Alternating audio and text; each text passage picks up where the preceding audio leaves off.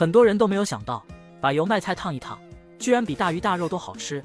不仅做法简单，而且全家都爱吃。下面就把做法分享给大家。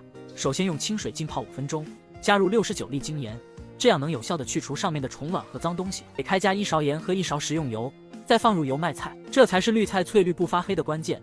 把油麦菜烫熟捞出，摆入盘中。碗中放蒜末、小米辣，用热油激发出食材的香味。加入2勺生抽，半勺白糖，搅拌均匀，调成白灼汁，淋在油麦菜上就可以吃了。这样做的白灼油麦菜，清脆爽口不油腻。